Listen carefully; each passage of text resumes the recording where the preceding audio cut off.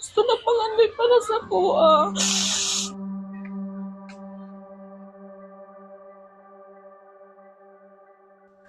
Lisod mawad-ain og ginikanan mga kasama. Huyang, bugat, o kulang ang tanan. Wala na'y mo sapnay nato, wala na'y mo trapos sa tong mga luha. Wala na tong mga tao nga siguradong maduulan nato sa panahon nga kita nagduha-duha. Ug wala na tong mga tao nga moagak nato sa panahon nga luyata. Mga kasama, sayro nato ang istorya sa usa ka pamilya kinsa sa kalit lang na bag-o ang adagan sa kinabuhi, human nga nibiya ang ilahang padre de pamilya sa sakit ug kalit nga paagi. Kahinumdum pa ba mo ni atong Hulyo 1, 2023 nasibya nato ang usa ka balitang grabe ang dangoy-ngoy ug pagbakho sa mga anak sa dihang gipusil patay ang ilang amahan. Yung kumisagot sa mo, ano yung regalo? Sakit kayo po. Karong Alsos Day, atong handumoy ug balik lang tawon kung unsa ba si Policronio Palmera Jr. sa iyang anak o sa iyang asawa. Ug karon mga kasama, makauban nato ang iyang pinalangga nga pamilya. Lisod siya for me. Kapoy na ko hilak, kapoy na ko og kapoy na ko og kumbaga kapoy na ko og pagkita sa mga tao na weak ko. But now I'm still fighting og kanang ning laban gihapon ko bisag sa mga ato na mga panghitabo sa mga Ang strong kay siya, mapinanggaon sa pamilya. Dili siya muundang sa iyahang mga plano para sa amoa, mahatagan lang ni maayong kinabukasan. Dili siya gusto nga magkalisod ni. Everyday jud na siya maligya. Even though na siya ibation sa panglawas. Sakit lang pamalandungon, no? Kay syempre nahitabot naman. Pero dili jud na malimtan kung unsang kaayo niya. Since bata pa mi ma'am, never may nakatilaw og bunal siya ha. Which is kalang lahi siya sa bangginikanan. Dili siya gusto daw-dawgon mi.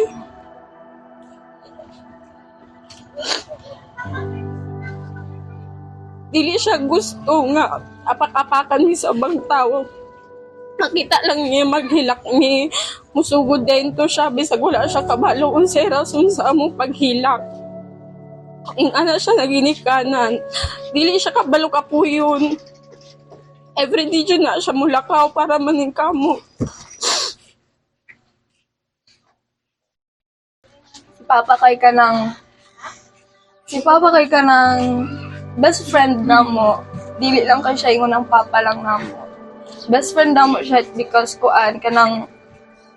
kanang maduulan nimo siya kung na kay problema. Kanang very close siya sa mga magsuon, especially kay mama. Ako minyo naman jud ko ma'am.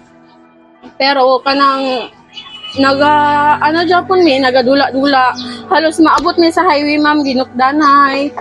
Ingana si Papa, then always lang mi happy, kinataw-anay. Kanang makita gud nimo nga, dili lang siya ginikanan nimo, but also barkada, best friend. Ingana si Papa nga klase nga pagkatao.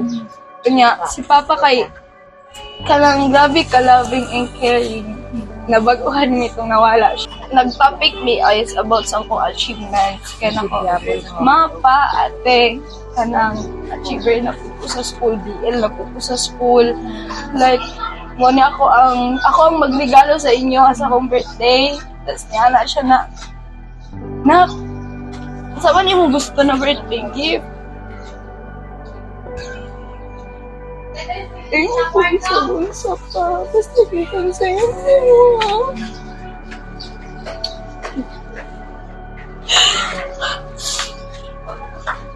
Parang, pag na-remember na po akong birthday, nauna ko siya akong mauna-unaan. Pinagkatawa lang siya, bayon ako, basta gikan sa inyo ha. Basta gikan sa inyo ha, dawato na ako. Nagkatawa lang siya ito na day. At so, niabot ang July 1. Ano sa po? ginapabisi na lang namo among kaugalingon ba para dili siya mauna-unaan or kanang dili na mo balik ang pain ba nga among na feel, but dili jud siya malikayan ma'am kay isip ginikanan si Papa is kanang ma-feel gyapon namo iyang presence naara gyapon kay one time si Mama nagigda siya sa sofa, higa siya. Nagpadamgo si Papa, gikisan daw siya sa noo ba, which is everyday na ginabuhat ni Papa kay Mama. Nga ana siya na, ma, mingaw na kaayo ko nimo ma, ana siya. So kanang murag naragyapon si Papa sa mua ba. Lisod para sa kuha kay estudyante ko, makadahon sa kay pagsulod nimo makasugat ka sa kalsada, nanay mga anak kas gihatod sa Papa. Say kay maka-remember ko ginaing anak manghud ko ni Papa sa una. Kung asa man karon pa, mingaw na kay minimo. Pero kami maning kamot, nga mubarog sa mong mga tiil. Nagpabiling gyapon ka sa mo, hunahuna og sa mong kasing-kasing. Dili ka na makalimtan natin sa hantod. Kung sa kasamo,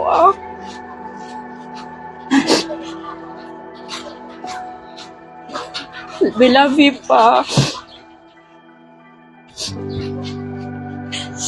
You know how much I love you. I miss you so much.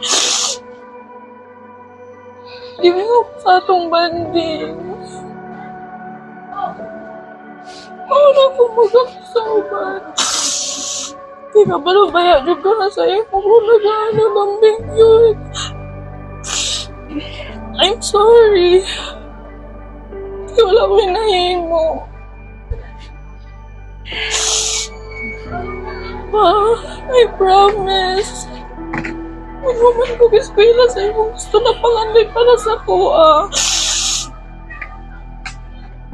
Ano naman, good, diba?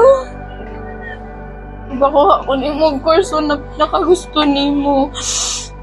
Ang gilawag na ako, ni na kurso para sa imo. I miss you, I love you.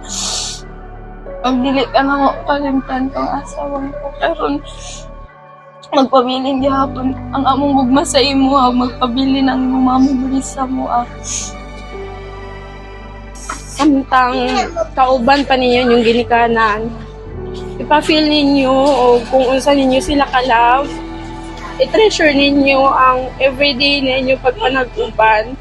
Kaya ang atong parents is maura ng atong bahandi, maura na atong kayamanan.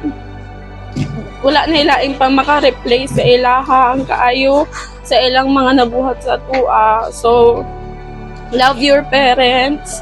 Pahalagahay sila kung unsa man sila, kung unsa ilang nabuhat. Ayaw sila pasagdi. Dapat kamo ng mga anak is naa sa ilang kiliran mo alalay kanila. Nasaban yung parents, no, i-love ninyo silang pag-ayo, ayaw ninyo silang pasagdi, o tanang maningkamot na ninyo para makahumantag eskwela para natin mabalik sa ilang. Mga kasama, pangandoy nato nga kita mga anak magdako sa kiliran sa atong mga ginikanan. Pangandoy nato nga kompleto sila kung mo-graduate ta.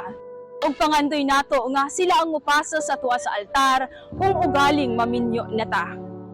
Para sa mga anak dihang dapita, higugmaa sa walay sama ang inyuhang ginikanan, kay ang tanan lumalabay lang diri sa kalibutan. Gaksa og hugot ang inyuhang amahan og inahan, ug hunghungi sila. Ma, pa, salamat sa tanan. Alang sa Todos Los Santos Special Report, ako ni Radzuman Ivy Parido, Tatak, RMN.